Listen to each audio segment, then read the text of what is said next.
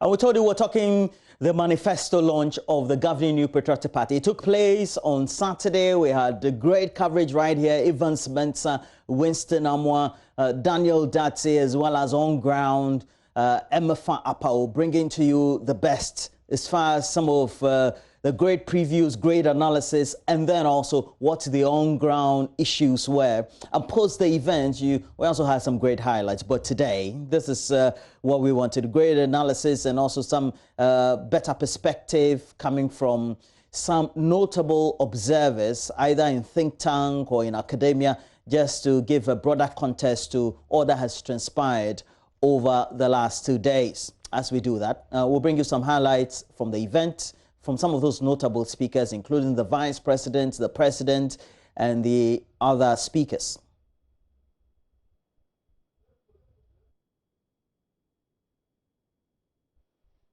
So I have the President of Imani Africa, Franklin Cudjoe, joining us. Dr. Lord Mensah is Dr. Lord Mensah is with the Finance Department of the University of Ghana Business School, and then Dr. Kwame Asah-Asante, lecturer, the Political Science Department of the University of Ghana. All three of them are on screen.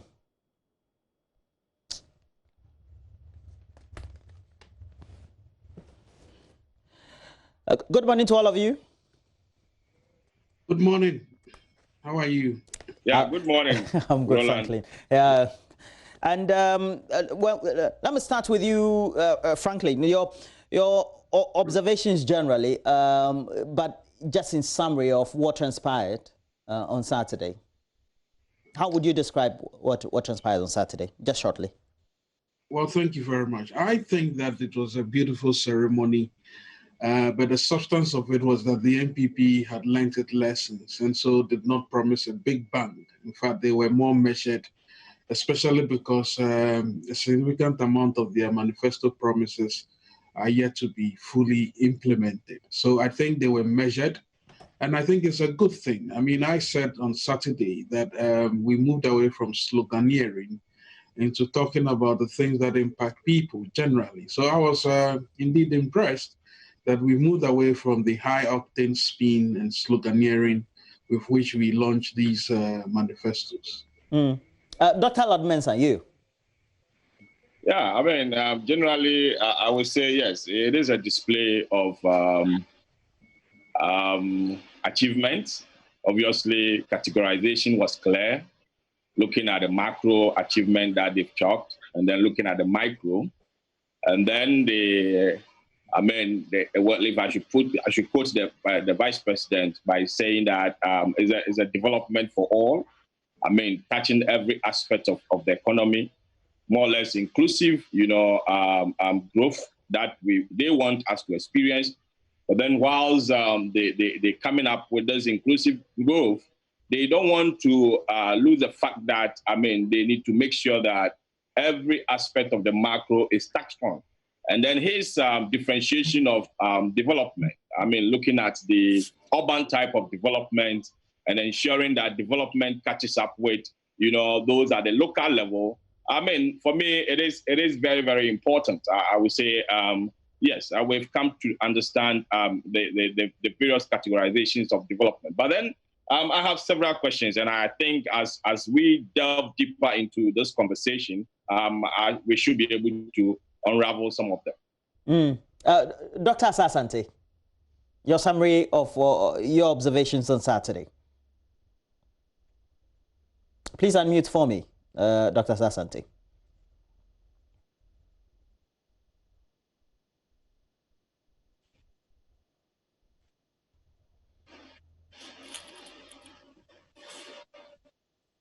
Please go ahead, Dr. Asah-Asante. Just unmute and go ahead with your summary.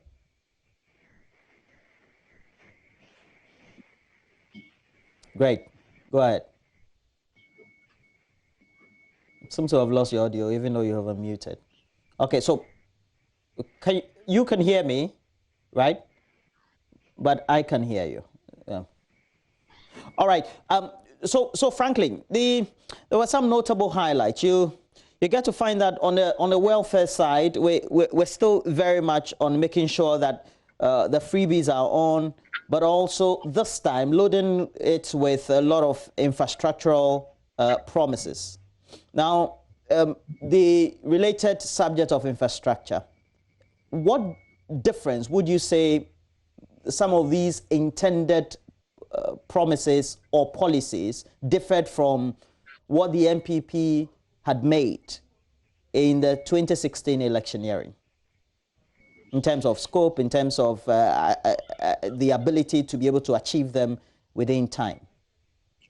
Well, first of all, we need to establish the fact that the NPP had promised that they were going to undertake access for jobs for a lot of people, and then create an inclusive society. And I think one of the vehicles was also to build some infrastructure. I think the area where they've done creditably well is the digital space. I mean, digitization efforts, however however minimal they are, you could see incremental, growth in that sector. And I think that is their biggest trump. The fact of the matter is that the investing in digitalization creates a much more, enhanced, if you like, benefit rather than most of these physical structures, which unfortunately they are lagging behind that of the NDC. But I think that their path essentially is the digitalization, which is useful. I saw that they make frantic efforts to ensure that the Ministry of Communication, the NCA, was coming along with this whole habit of, if you like, reducing the internet data cost by doing away with not just the 19 cents per minute call, which encourages SIM-box fraud,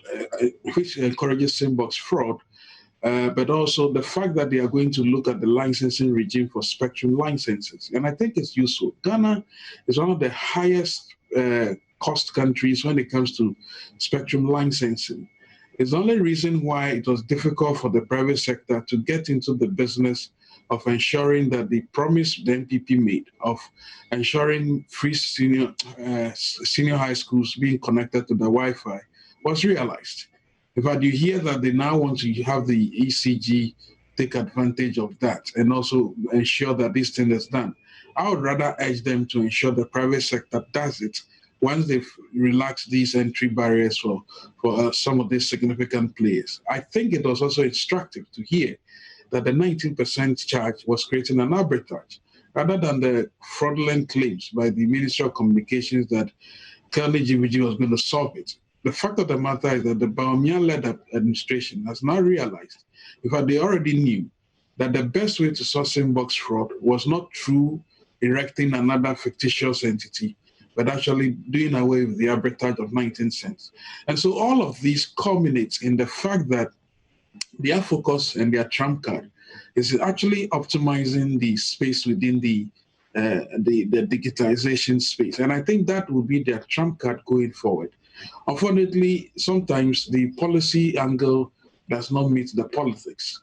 So Bawumia's big push in the enhanced paperless spot, for instance, was a major thing. It brought in incremental revenue until Osafo Mafu and Co decided that they were not having any of it and brought in some very arcane process called Unipass, which has unfortunately destroyed Bawumia's, digitization effort at the port. I'm totally mortified. And I think if the government wants to do well going forward, if they win the elections, is to do away with this hydra-headed interventionist approach by some political opportunistic dinosaurs who then tend to dissuade and distract from the clear agenda that the Bawumia side of the government is actually pursuing. So to answer a question as to whether these have all created the inclusiveness that we want, the inclusivity, I think Dr. Lord Mensah will tell you that the multidimensional property index, however timed it is, tells you clearly that we are yet to unlock the benefits from these infrastructure projects or these interventions that we make. So it's very clear that we need to target these interventions properly.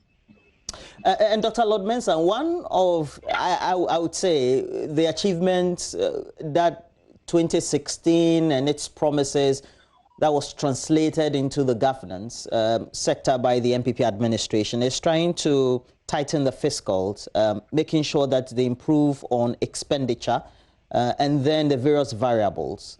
Now, it's also been touted as one of the achievements as well.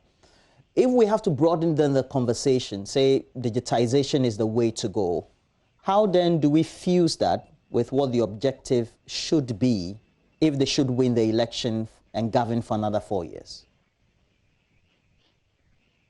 Unmute. Sorry, very clear. I think digitization, of course, we expect some benefits out of it because it is an investment that is going out of the public purse. And I was happy and enthused to hear one leverage on this digitization, which the vice president indicated that very soon university students will be taking up student loan without necessarily having guarantors. Because if you look at, the old days when we're going to the university, when we used to go and stand in front of where workers are being paid at Chimkede, to, trap them to sign, for us.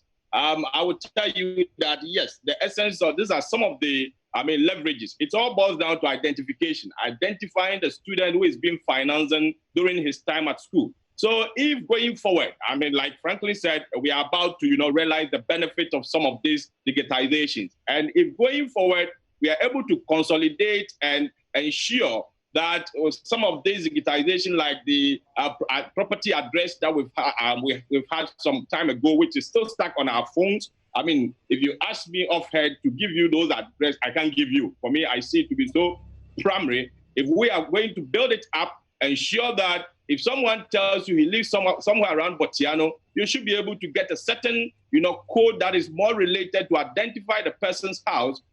It should be able to go a long way to help us. So for me, I think we are creating the base of the economy, and we are yet to realize some of this benefit that goes with this digitization.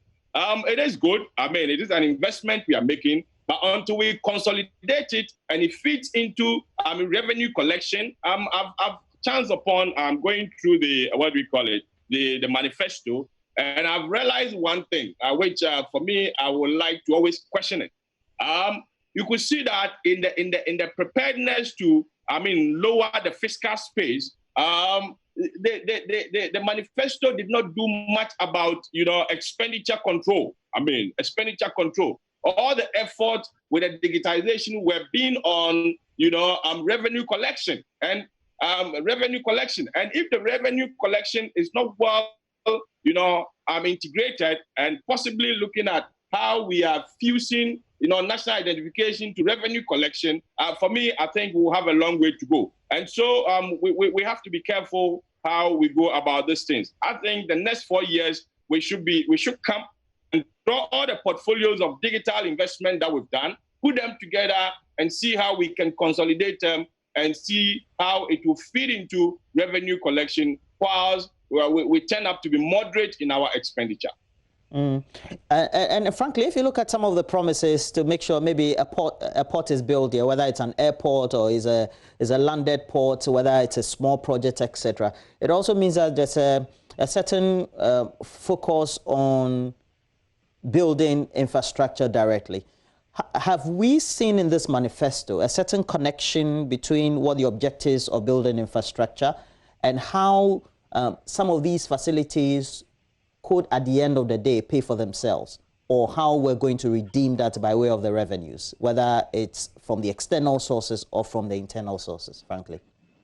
But before I answer that quickly, let me just latch on to what Dr. Lord Mensah said about the intentions to, if you like, try to mobilize funding. In the manifesto, you do see some intent in order to create additional revenue through the digitizing valuation, or continue the digitization of our land administration, as well as the valuation rules. Those are very powerful interventions. If done properly, would help boost local revenue mobilization. But you see, the challenge is that the challenge that this tries to solve is the fact that on the Doing Business Index of the World Bank, we've not been doing do quite well. In fact, the last in 2020 we were 118th. In 2019 we were 118th. In 2017 we were 114th, and then we were 120th in 2017. But in 2016 we were 108th. In fact, the years before, we were hovering in almost 62nd, 63rd, or 87th position, which means that the business environment, unfortunately, has not done properly. And the reasons they cite is because one of them is what? The lack of property registration procedures. Registry of property is a difficult thing. And of course, paying a tax, and indeed the issues about enforcing contract. Now, all of these are connected to this intervention to continue the focus on land administration and what is called digitization of the land valuation process to increase revenue. The problem has to be the payment of tax procedure, which we need to solve. Back to your question. You see, every infrastructure development or investment must yield an additional return. You just don't invest in infrastructure for the purposes of doing so, which is why we have always called for the what's it called, the budget line items, indeed, for the Agenda 111, if you like, the project, hospital projects. The haste to erect all these facilities across the country is not matched by the measured approach of, first of all, ensuring private partnership approaches to managing these entities so that these entities will be sustainably, kept. That's one. The other thing we don't know about is whether the loans to be used in building this will be concessionary or they will be commercial. If it is commercial, then at what rate? Which would be really useful because the commercial enterprise process would ensure that these things are managed properly. The question about and again, this latches on to the conversation about putting an airport in Cape Coast. Absolutely not sensible, for the simple reason that, look, I mean, there's an airport already in Takoradi. There's one in Accra. The problem is about fixing the roads between here and between Accra and Cape Coast, so that within 45 minutes, people can travel. You don't go and spend close to $60 million or something to build an airport, which unfortunately may not provide jobs for so many people. I mean, I was mortified to hear some of the residents suggest that they needed an airport, international airport, simply because Cape Coast is a touristic destination. Not true. I mean, I do not think that Cape Coast, one of the 4 hardcore poverty areas in the country, would as part of the central region, would be looking up to infrastructure deficits rather than things that would help them. I would have thought they would have insisted that some of that money should be used in resuscitating Commander Sugar Factory, which needs not less than $100 million to resuscitate it, which would include also building 1,000-acre land that will grow sugarcane. Things that people can connect with, not fictitious non-essentials like the airport. And I'm saying that we don't need the airport because Accra and Cape Coast Accra, Cape Coast, Takoradi, Cape Coast are already interlinked. The best thing to do is to fix the road. And I think the railway sector could also be useful. Look, you spend almost an hour in traffic before you get to the airport in Accra, traveling to Cape Coast or traveling to any part of the country. Meanwhile, flying from Accra to Cape Coast will take just about 20 minutes. Why would you want to spend all that time in traffic when you can easily dualize the routes and reduce all the traffic? So we are putting the cart before the horse, and I think it could be one of the most, not thought through promises at all. And I think I heard the president suggest that some proper introspection ought to be made before the promise is made. How that transmogrified into a 24-hour promise being delivered is another matter. Dr. Mensah, at the end of the day, infrastructure is important. And the question about how we're able to not only maintain, but also get value for money by way of redeeming whatever initial investment still holds. How would you respond to that, apart from what Franklin said? So unmute his mic. Lord, you need to unmute your mic. Lord, Yeah, sorry, Roland, sorry. Yeah. If you are, I would say that, yes, infrastructure, yes, we know Africa yearns for infrastructure. I mean, the World Bank is very much aware of it. And it's not something that you can just jump and say you are putting anything anywhere at any time. In fact, sometimes when you talk about infrastructure, the manner in which the timing, let me put it that way, the timing, sometimes the deferment of the infrastructure in itself is more beneficial than putting it there. And then more so you're looking at the economic spillovers of the infrastructure. Now, if you want to place an infrastructure at a particular place, you have to look at the financial benefit. Of course, there's money that is going into, these infrastructure structures. And so you would like to reap the benefit to cover up this, what you put in there, taking into consideration the interest rate, if you were to invest the money, possibly sitting somewhere in treasury bills and then relaxing. And then you also have to look at the economic benefit, the possible economic activities that will be created for government to benefit from, maybe taxes and all those. Then there is also a social dimension that you also need to look at, Now, with all this put together, if you are going to put a public structure and you cannot have all these three-dimensional benefits, I tell you, we will not, it will not be something that you have to look at. Now, I think you asked this question by focusing on what came up at the manifesto launch, where, a promise was made on putting up airports at, Cape Coast. Now, you ask yourself, there's a reason why, economic reason why you have, if you travel on the road from Accra without much delay, okay, all the way to Cape Coast, you could see that there could be some spillovers of economic activities on the highway, right? Now, if you develop these roads, instead of allowing people to fly within 20 minutes or within 30 minutes to Cape Coast, you realize that doing the feasibility studies, where you give alternatives for such investment, you will come to understand that traveling on the road will be more beneficial than looking at just, flying. Now, I'm talking about economic spillovers because I've seen a situation where the tourists, will be traveling to Cape Coast. Sometimes they make stopovers at Winneba. Sometimes they make stopovers at our mall at my junction here. What's the name? West Hills Mall. And by so doing, they spill over some activities there. Maybe they would like to buy one or two things. Maybe a fuel station has been put up on the highway.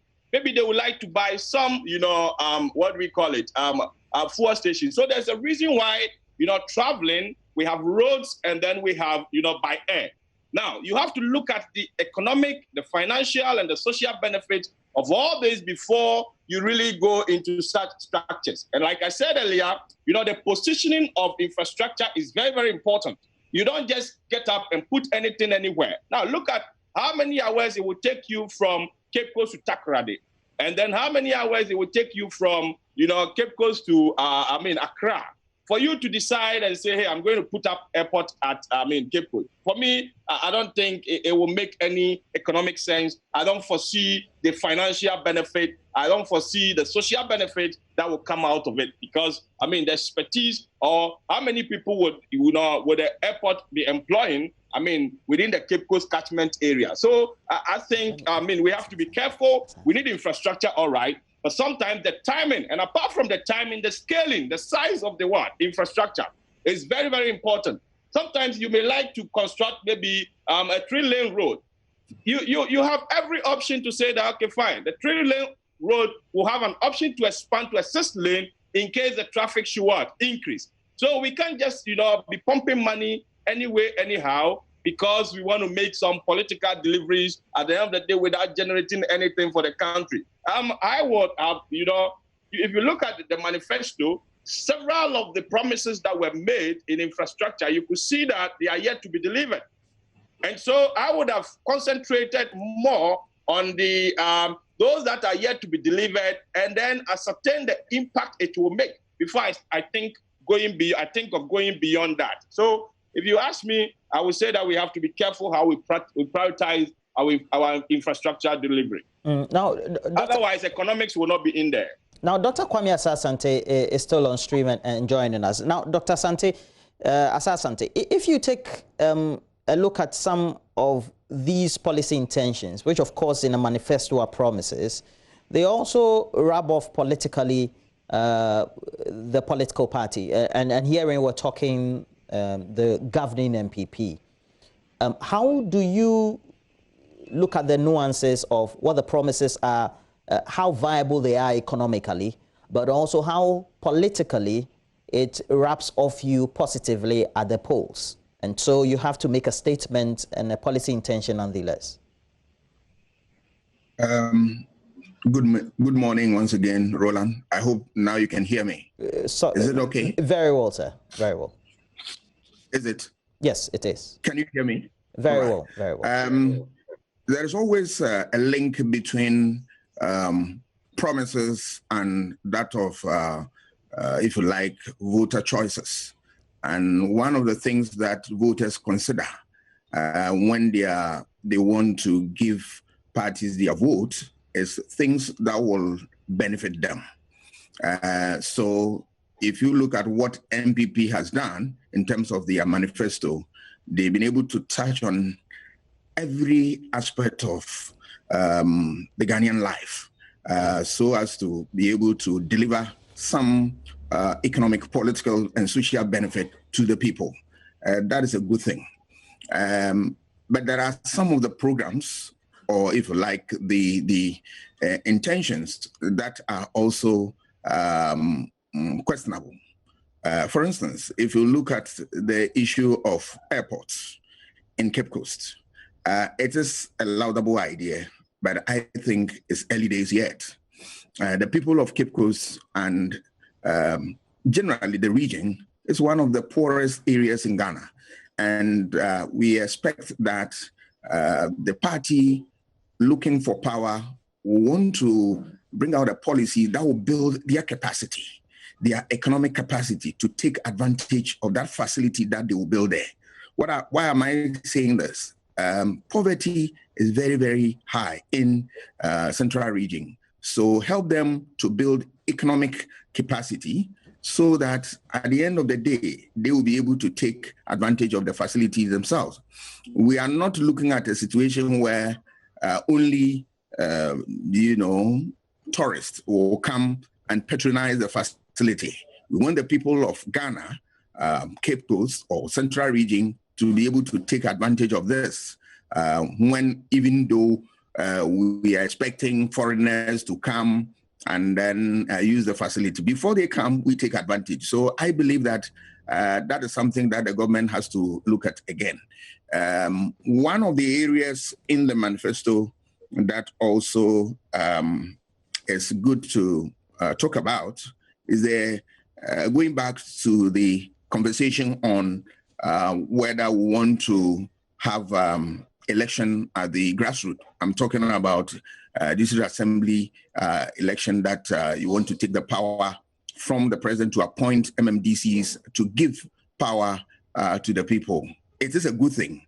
We lost that point in the earlier conversation. I believe that it is one of the things that I think is proper to bring it to the fore for the state to discuss it in detail so that we take advantage of this. Why am I saying this? If you look at power distribution and its use in Ghana, the executive has huge powers that we need to be able to curtail it if we want to ensure that our institutions work to perfection.